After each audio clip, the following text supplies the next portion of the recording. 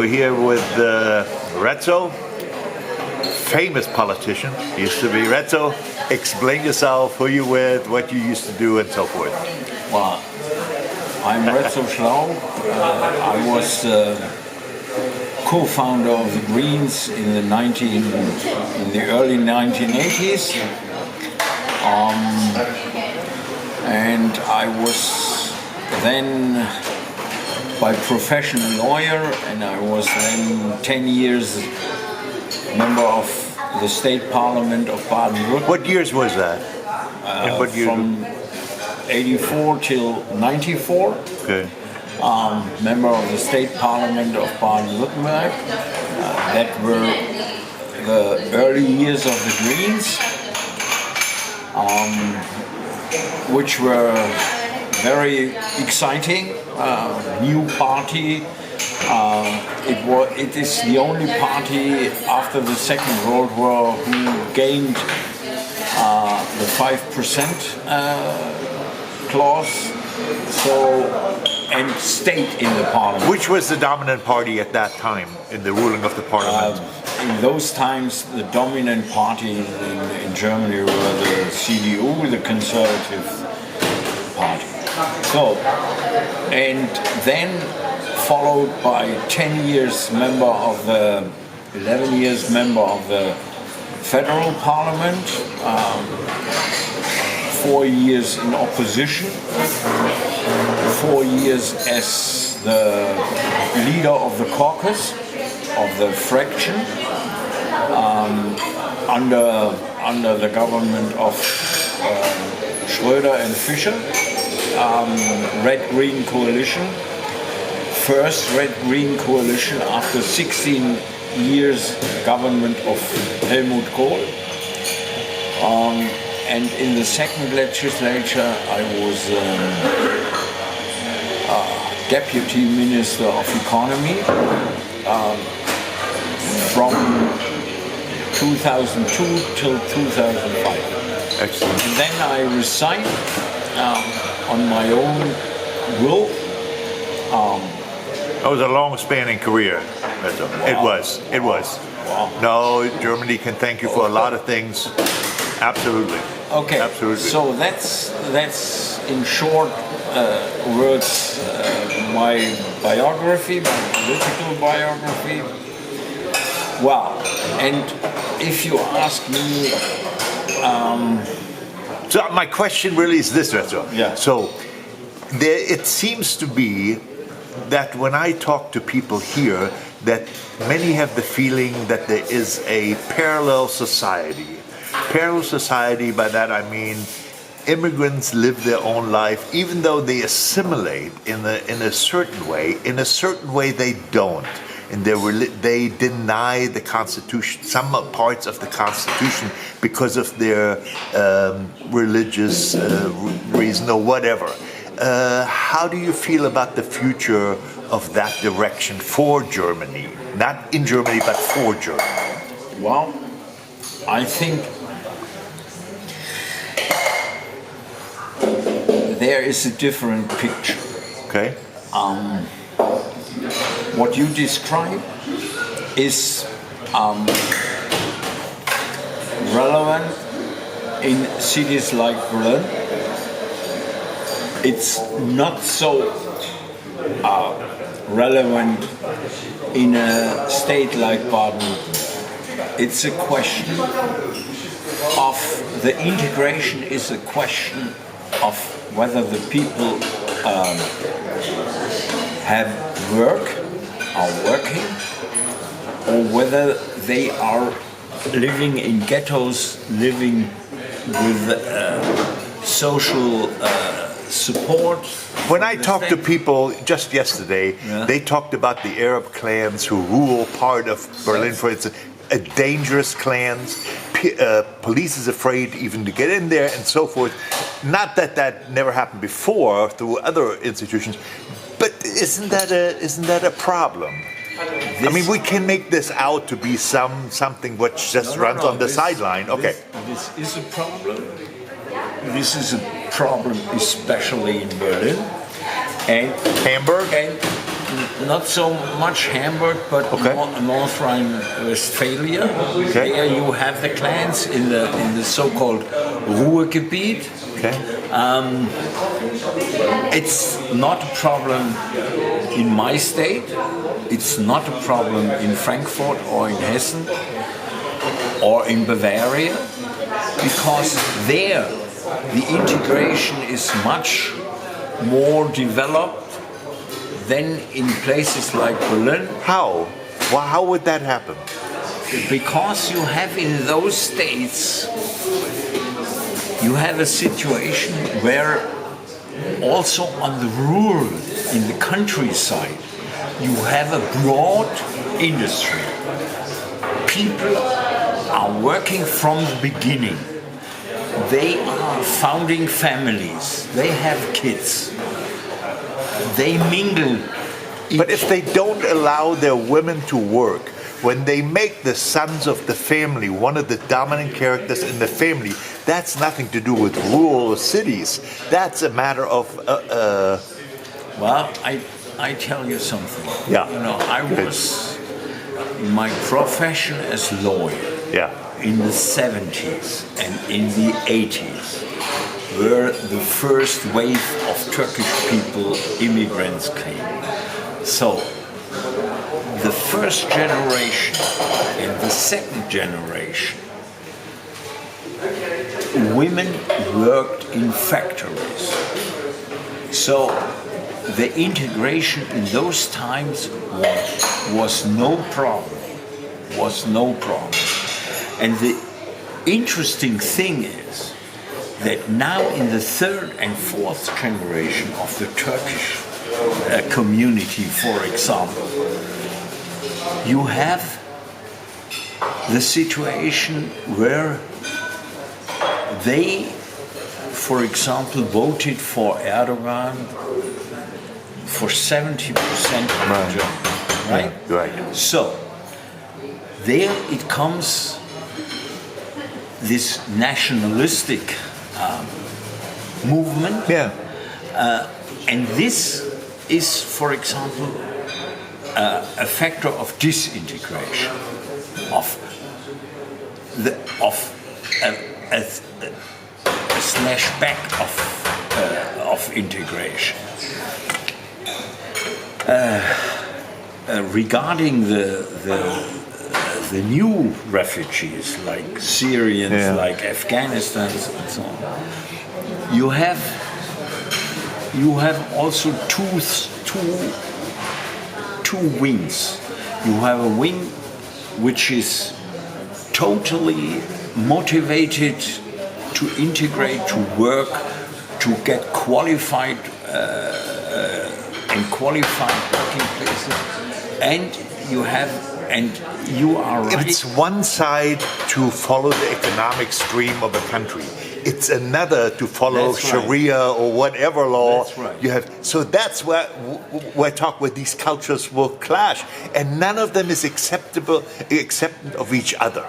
When you talk to people, to Germans, they moan and groan about the developments, and on the other side, they want to be a dominant tribe, if you want to call it that way. Go ahead, Rezzo. That's right. That's Yeah. right. But for me, personal, it is not. For Rezzo as a human. And a politician. And a politician, okay. I think one problem we have is that in the political discussion, the problem of the political Islam is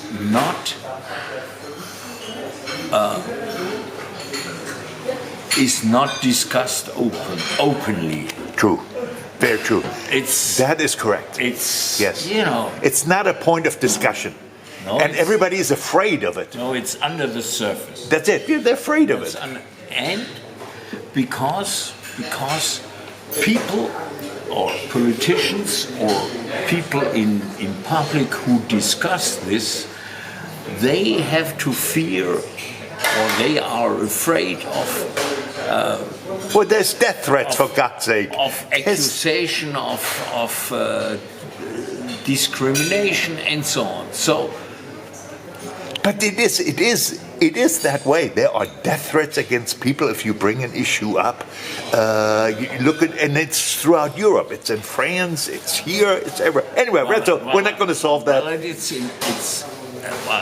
but it's much more in France. It's much more. We don't have those riots like. Rezzo, but that's a poor excuse. We can't just say, "Oh, that's worse over there than over here." The issue is still that people feel this way.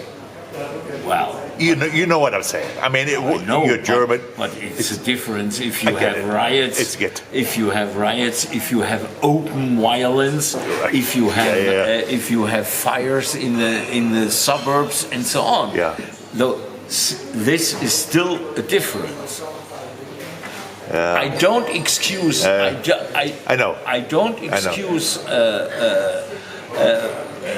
So for our situation, but I think it's a different. Gotcha.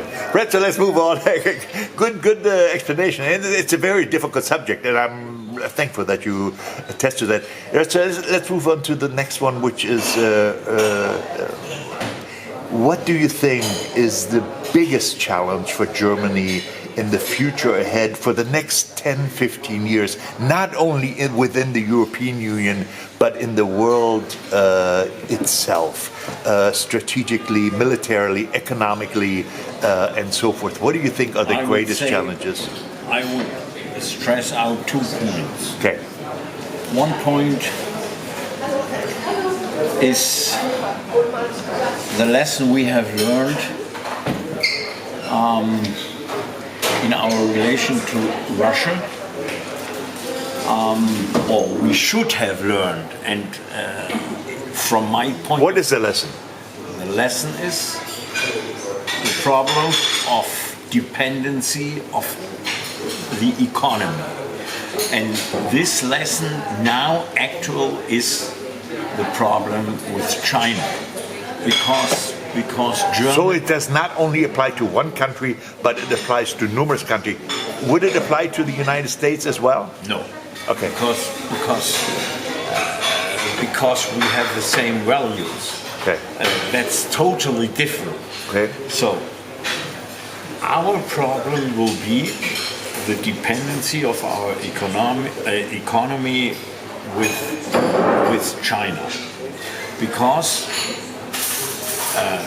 in 2017 the Chinese Communist Party decided a program in which they say they want the dominance in economy, the world dominance in economy, in culture, Military. in military. Yeah.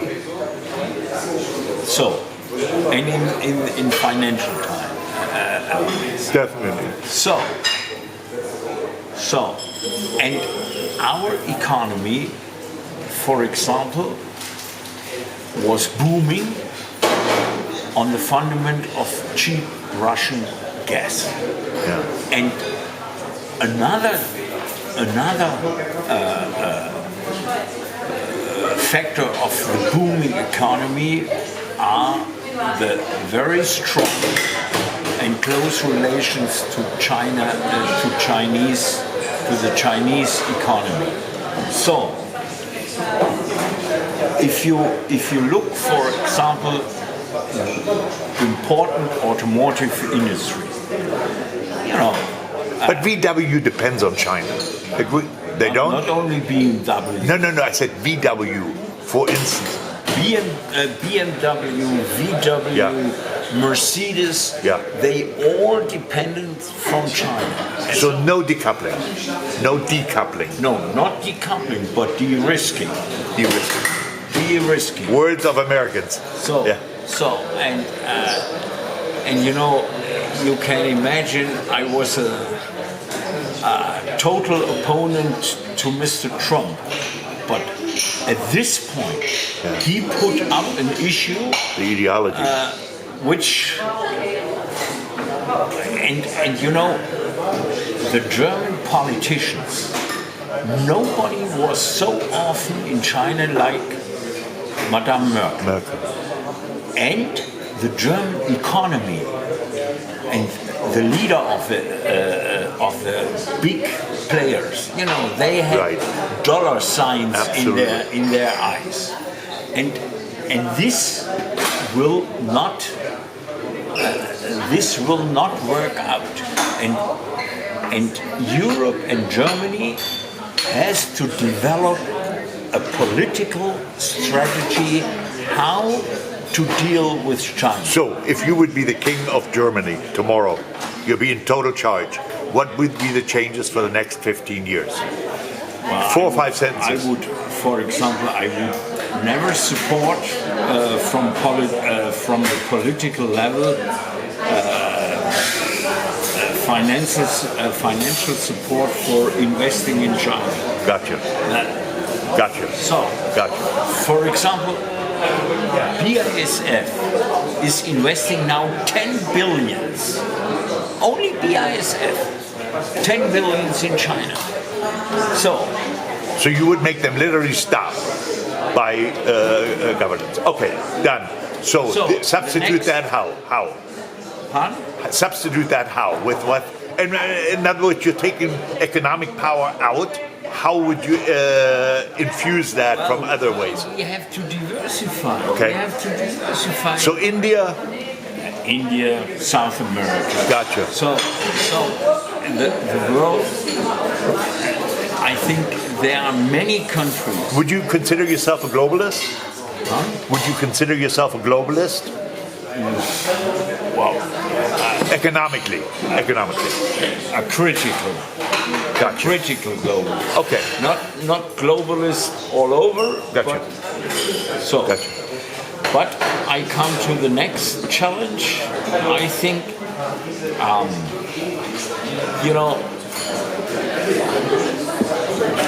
not under Biden, but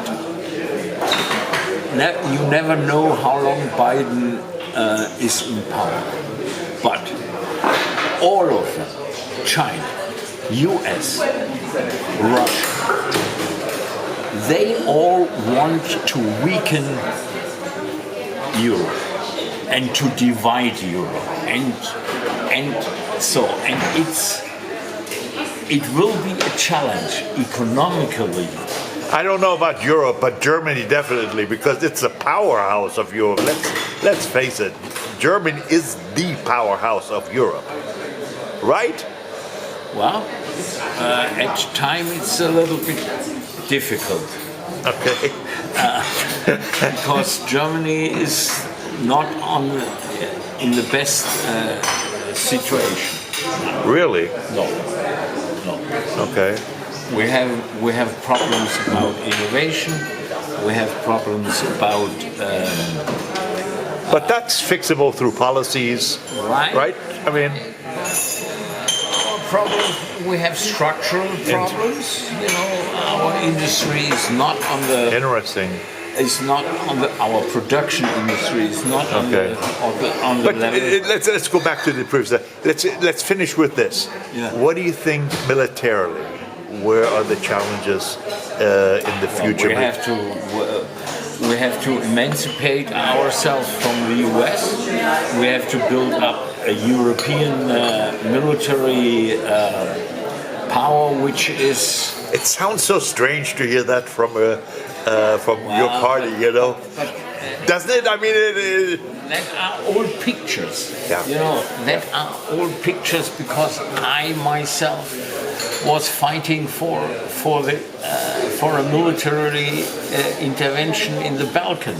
So the Greens, people have old pictures of the Greens. Yeah. The Greens were the first, and the most strongest supporter for supply of weapons for Ukraine. Yeah? So if the world is changing and you are with your politician, with your or with your policy, do not change. You have a problem, right? So you're for a European strength. Yeah. Would you say strength and might, or strength? Strength. Strength. I got it. Strength. So, and it's still preventative. It's not ambitiously going out as a powerhouse. No. Gotcha. Okay. Well, we still. I mean, that's still the fear in some. You know, if you talk to the English or the French, they're like, oh. Well, I'm just saying. The French, the French are the glorious French and so on. That's not the German. Got it. The German approach is modest, but we should be powerful. We should be able to defend ourselves, to also to intervene in regions which are unstable, and where we can defend, politically unstable, and defend our interests. So, Rezzo, any final words to your American friends? Anything that you would like? What's on your mind at the moment? Well, I think I always was a transatlantic guy, so I think that this is the fundament of our democracy. The heart, And the values, but you cannot rest on it. You always have to fight. You always have to. It's an evolutionary process to renew it. And I think the last years were positive. I hope this will be the same in the future, because if the transatlantic relations, if they are going down, it would be not good for the world. Okay. Rezzo, thank you very, very much for your time and for your service to Germany, and we wish you all the very best. Thank you. Thank you.